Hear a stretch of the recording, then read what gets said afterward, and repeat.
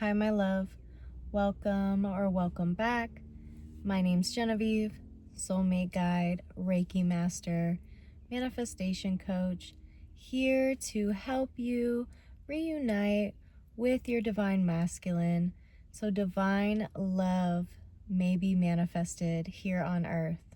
So, with Soulmate Reunion, when you're in separation, no contact, your divine masculine isn't committing, hot and cold, whatever it may be, it's natural to feel like you have to hold everything together.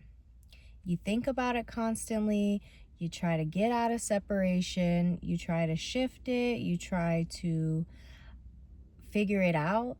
You go over what ifs in your mind, trying to plan for everything, because if you don't, you're afraid you'll lose the connection forever, or it just simply won't ever happen. And this can be really triggering. It causes constant tension, anxiety, overthinking, and it really doesn't support the reunion actually coming together. So I want to remind you of this simple truth of you're not the only one holding this connection together. It doesn't rely on just your own strength, grit, and know-how alone. This soulmate connection exists beyond your control. It's held, orchestrated, guided by the divine, by God Goddess themselves. And the reason you have this desire to be with your divine masculine in the first place is because God Goddess has planted it there, or the divine, whatever you relate to. So you're not doing it all on your own. And remembering that the divine is only leading you towards joy, peace, and fulfillment. And when you try to control it, you move out of alignment with the connection, into tension, and out of trust. So the key here is learning how to surrender. Not surrender as in letting go of your divine masculine or the connection, but releasing the responsibility of controlling it. And surrender is not this energy that I see people do of, okay, like I don't have to do anything. The divine is just hopefully gonna fulfill it one day. No, you still need to heal, grow, and listen to your intuition of what needs to be done right now. Because your intuition is how the divine is telling you what to heal, where to go, and how to move in a way that creates this version of you that can hold this love. So it's not just sitting around and doing nothing, but it's a process of learning to let go of the things you can't control and asking the divine to help you with your problems and learning to trust God and Goddess, the divine, with your future. That's the biggest one. Okay, they want you to be happy. You are the embodiment of them.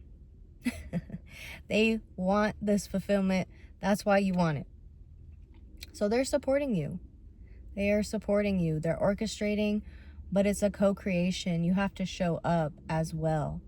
But by focusing on what you can control in the right now and taking the steps that your intuition is guiding. It's a practice, one day at a time. One situation that you can't control, one burden given to God, one anxiety-filled thought given to God, over and over and over again until it's just integrated with who you are. You are someone that work is in communion with the divine, the ones who have created all things. And when you release control, you create space for the connection to come into harmony naturally. There's space for that because you're not micromanaging everything or trying to, or getting stressed out because you can't. Because you can't. But I get it. Okay, I get it. The fear gets loud. The fear gets loud. Living in this physical reality with such a deep purpose as divine love and partnership, it can be tough. So here are some tools to help you when you're gripping intention, having a lot of anxiety or fear. Write a letter to the divine, to God and Goddess, whatever you believe in. An honest letter of how you're feeling, what you're going through, a place where you can physically put your burdens down. And this creates a real communion with the divine, with God and Goddess. And then spend time in prayer, however you like to pray. I personally pray on the rosary because it honors the divine masculine, the father, and the divine feminine, the mother, which is close to my beliefs. But you don't have to do it that way. However you relate to the divine, and if you don't know, you can try a lot of different things. But the point is coming into that space where you turn to what's created all things, the one that can really help you.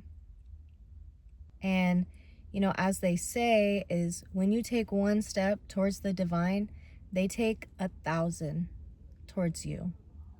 And through my own personal life, I find that to be true.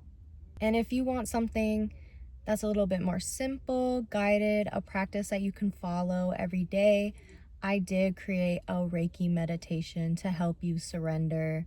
So Reiki works in the body, in the mind, in the energy field to gently remove what's preventing you from surrendering and moving you into that surrendered state naturally. Reaching where words and affirmations and even just logic, knowing this stuff, like knowing I need to surrender, it guides you towards that state. So I'll link that down below if you want to utilize that tool. So remember, surrender isn't giving up. It's not detaching. It's simply letting go of control and trusting that everything is going to work out for you. It's going to be good. It's going to be great. And it's a practice that you come to over and over again, not just with your reunion, but with your life. With your life. You are not losing your divine masculine by surrendering. And in fact, every time you release control, you're coming back into alignment with your soulmate reunion. You are allowing the connection to be held by something greater. The creator of all things. All things. And from that place, the love is able to move, unfold, and come together beautifully, magically, and beyond your expectations.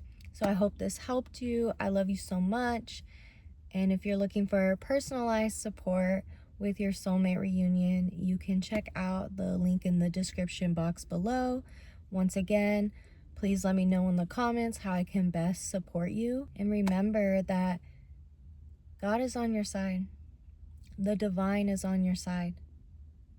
And you are safe to let go, to focus on what they're telling you to focus right now, and trust that it's going to be great and you will be happy. You will have legacy. You will have love that's remembered for generations. And I hope you have a great day.